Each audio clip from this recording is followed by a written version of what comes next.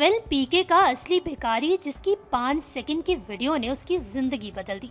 2014 की सबसे ज्यादा कमाई करने वाली फिल्म पीके का एक किरदार ऐसा है जिसके 5 सेकंड के वीडियो क्लिप ने उसकी सारी जिंदगी बदल दी है।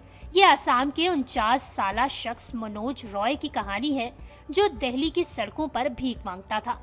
मनोज 30 साल पहले नौकरी की तलाश में दिल्ली आया था, लेकिन जल्द ही उसे अपनी खास ताकत का एहसास हुआ, यानी अंधा भिखारी बनने की अदाकारी करना। मनोज ने हिंदुस्तान टाइम्स को बताया कि मैं रोज जंतर मंतर जानता था।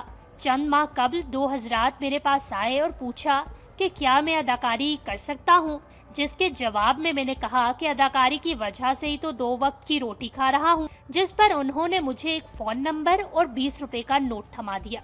निजी इदारे की रिपोर्ट के मुताबिक मनोज ने बताया कि मैं अगले ही दिन उस जगह गया और अपने आप को एक फिल्म यूनिट के मेंबर्स के दरमियान पाया।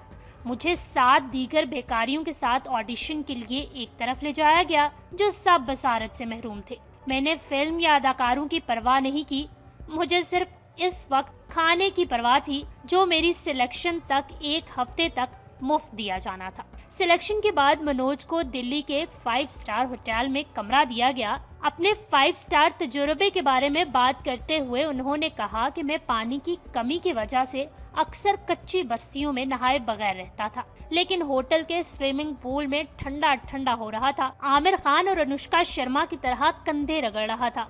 फिल्म के बाद अपने गांव वापसी के बारे में मनोज ने कहा कि मैं फिल्म से कमाई गई रकम से अपने गांव वापस आया। अब मेरी गांव में दुकान है जहां मैं नौकरी कर रहा हूं, फेसबुक अकाउंट भी है और एक गर्लफ्रेंड भी पाई जाती है। लोग अब मुझे पीके के हनी सिंह से जानते हैं।